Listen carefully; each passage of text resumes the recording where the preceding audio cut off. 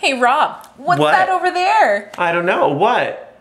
Ow! Why do you want to hurt me? Stupid face. Oh, good times.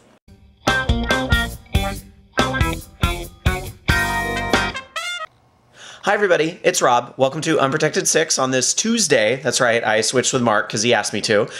So I'm here on Tuesday, and I'm joined with a very special guest this week. I know you might think from watching these other videos that like Victoria is my only friend, but that's actually not true. I'm joined this week by Irene. Hi. And Irene's known me for a very, very long time. Like, how long have you known me, Irene?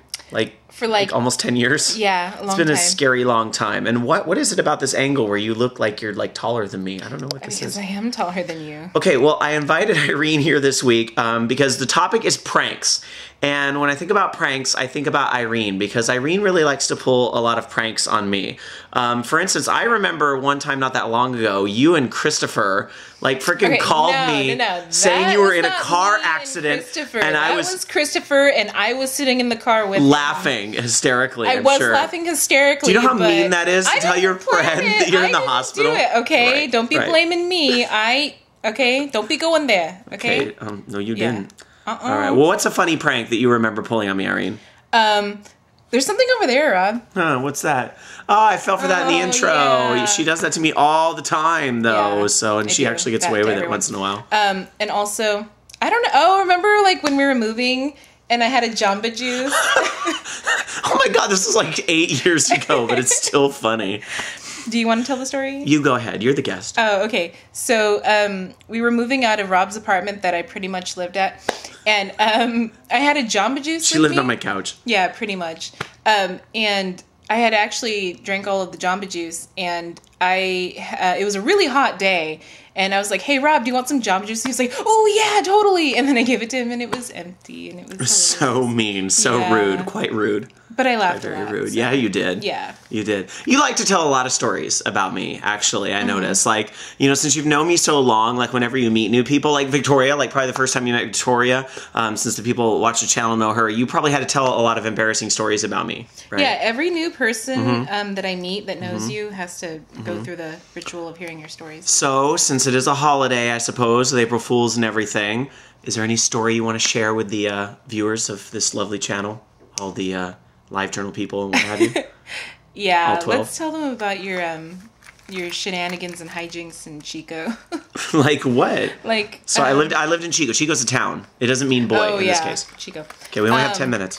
Oh yeah. Okay, so he lived with his roommate Billy, and they had an apartment where they could look out on the parking lot, I guess. And they kept seeing this lady park in the disabled parking spot.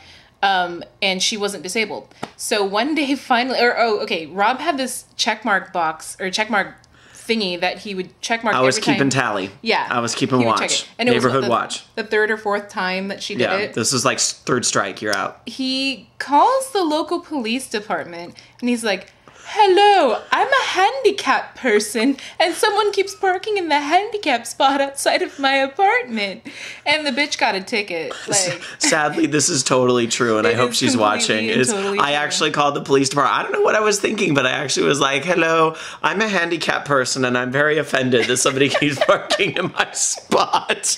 I just love how you're like, I'm a handicapped person. I know. I think it probably would have worked even if you didn't say that you were handicapped. Probably, but I don't know. I was a stupid college kid. You know, don't hate. Are there any other quick stories? Since we have a few more minutes. Okay. When you came home that one time and Billy had broken the couch, but he didn't want you to get mad, so he held up the couch with a cup, and it magically stayed up, and then you sat down on the couch and it broke apart.